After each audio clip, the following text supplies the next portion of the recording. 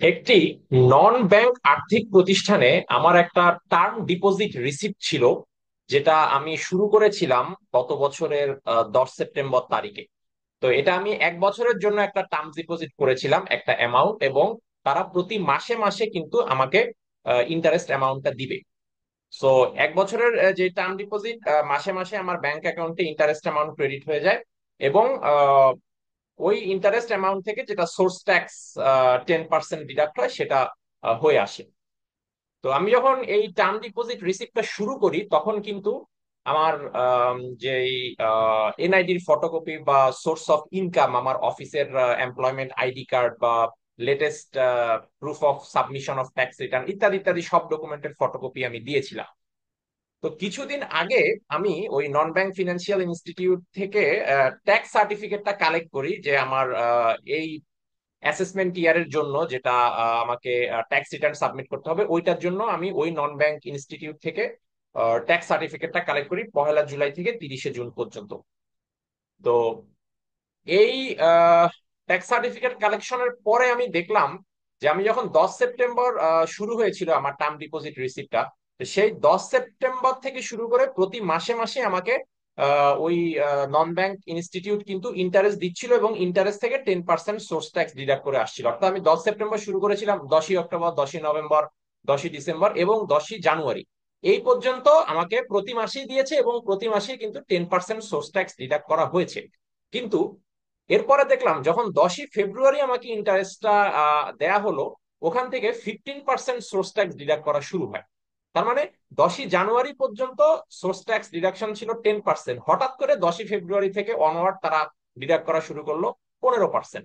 তো আমি তখন ওদের ব্রাঞ্চ অফিসটা ভিজিট করলাম, যে হঠাৎ করে এটা 15% কেন ডিডাক্ট হলো 10% থেকে। এবং আমি তো যখন এটা টার্ম ডিপোজিট শুরু করি আমি তো আম, আমার ইটিন সার্টিফিকেটের ফটোকপি, ট্যাক্স রিটার্ন সাবমিশনের ফটোকপি সবগুলোই আমি সাবমিট করেছিলাম।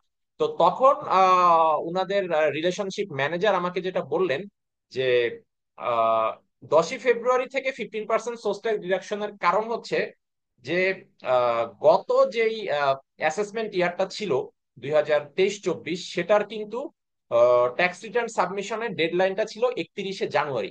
তো 31শে জানুয়ারির মধ্যে আমি ট্যাক্স রিটার্ন সাবমিট করে 31শে জানুয়ারির পরপরই, অর্থাৎ ফেব্রুয়ারি মাসের শুরুতেই কিন্তু I was suppose to submit the tax return submission photocopy to that non bank financial institute, যেটা আমি করিনি। কারণ আমার ধারণা ছিল আমি যখন টার্ম ডিপোজিটটা শুরু করেছিলাম তখনই তো আমি ট্যাক্স রিটার্ন সাবমিট করে দিয়েছি, তো এরপরে তার প্রয়োজন নেই, ওই 1 বছরের জন্য তো এটা ফিক্সড হয়ে গেল। কিন্তু বিষয়টা পরে দেখলাম এরকম না, এটা প্রতি অ্যাসেসমেন্ট ইয়ারে ট্যাক্স রিটার্ন সাবমিট করার পরে আপনাকে ওই ট্যাক্স রিটার্নের ফটোকপি আপনাকে ওই নন ব্যাংক ফিনান্সিয়াল ইনস্টিটিউটে জমা দিতে হবে।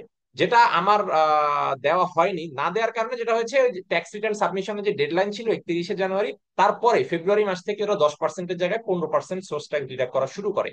তো ওদের ইনস্টিটিউট থেকে বললো যে ওরা তাদের ক্লায়েন্টদেরকে বেশ কয়েকবার এসএমএস দিয়েছে রিমাইন্ডার হিসেবে ট্যাক্স রিটার্নের ফটোকপি জমা দেওয়ার জন্য, কিন্তু আমি তখন বাংলাদেশের বাইরে থাকায় সেই এসএমএসটা পাইনি। কিন্তু ওখান থেকে কোনো ইমেল করা হয়নি, ইমেল করলে তো অবশ্যই পেতাম। ইমেল ওরা করেনি, এসএমএস পাঠিয়েছে, কিন্তু আমি যেহেতু তখন বাংলাদেশে ছিলাম না, আমি এসএমএসটা তখন পাইনি। তো যার কারণে আমি এই বিষয়টা সম্পর্কে অ্যাওয়ার ছিলাম না। কিন্তু আমি কিন্তু 30শে নভেম্বরের মধ্যেই গত অ্যাসেসমেন্ট ইয়ারে ট্যাক্স রিটার্নটা সাবমিট করেছিলাম। তো এই জন্য এখান থেকে যে পয়েন্টটা শিক্ষণীয় সেটা হচ্ছে যে আপনি প্রতি বছর 30শে নভেম্বরের মধ্যে অবশ্যই আপনার ট্যাক্স রিটার্ন সাবমিট করবেন, যেটা আমিও করেছি। কিন্তু শুধু এই রিটার্ন সাবমিশনই কিন্তু শেষ কথা নয়। এই রিটার্ন সাবমিশনের পর এইটার কপি কিন্তু আপনার যেই ব্যাংকে ব্যাংক অ্যাকাউন্ট আছে, বা যেখানে এফডিআর আছে, বা নন ব্যাংক ফিনান্সিয়াল ইনস্টিটিউট যেখানে এফডিআর বা অন্য কোনো টার্ম ডিপোজিট আছে, বা আপনার যদি স্টক মার্কেটের কোনো বিও অ্যাকাউন্ট থাকে, তাহলে ওই ব্রোকারেজ হাউসে, অর্থাৎ যেখানে যেখানে আপনার অ্যাকাউন্ট আছে বা বিনিয়োগ আছে, সেইখানে সংশ্লিষ্ট ব্যাংকে বা নন ব্যাংক ফিনান্সিয়াল ইনস্টিটিউশন বা স্টক মার্কেটের ক্ষেত্রে ব্রোকারেজ হাউস, যেখানে যেখানে দরকার, যেখানে যেখানে আপনার অ্যাকাউন্ট আছে বা বিনিয়োগ আছে, প্রত্যেক জায়গায় কিন্তু 30শে নভেম্বর এই ট্যাক্স রিটার্ন সাবমিশনের পরে ওইটার একটা কপি আপনাকে ওই স্ব প্রতিষ্ঠানে জমা দিতে হবে। কারণ যেহেতু বাংলাদেশে বিষয়গুলো এখনো ইন্টিগ্রেটেড হয়নি, ইন্টিগ্রেটেড হলে আমার ওই নন ব্যাংক ফিনান্সিয়াল ইনস্টিটিউশন কিন্তু আমার ইটিন দিয়ে সার্চ করে বের করে ফেলতো যে আমি আসলেই 30 নভেম্বরের মধ্যে ট্যাক্স রিটার্নটা সাবমিট করেছিলাম কিনা। যদি করে থাকতাম অটোমেটিক ইন্টিগ্রেটেড ডিজিটাল সিস্টেমে সেটা দেখাতো, তাহলে ওরা আর 10%-এর জায়গায় 15% সোর্স ট্যাক্স ডিডাক্ট করতো না। কিন্তু যেহেতু পুরো সিস্টেম গুলো এখনো ফুললি ইন্টিগ্রেটেড বা অটোমেটেড না, যার কারণে এখনো কিন্তু একজন ক্লায়েন্টকে বিচ্ছিন্নভাবে তার মতো করে ইন্ডিভিজুয়ালি এই ট্যাক্স রিটার্নের ফটোকপি গুলো জমা দিতে হচ্ছে বিভিন্ন ব্যাংকে বা ব্রোকারেজ হাউসে বা নন ব্যাংক ফিনান্সিয়াল ইনস্টিটিউট গুলোতে, যেহেতু ইন্টিগ্রেটেড না।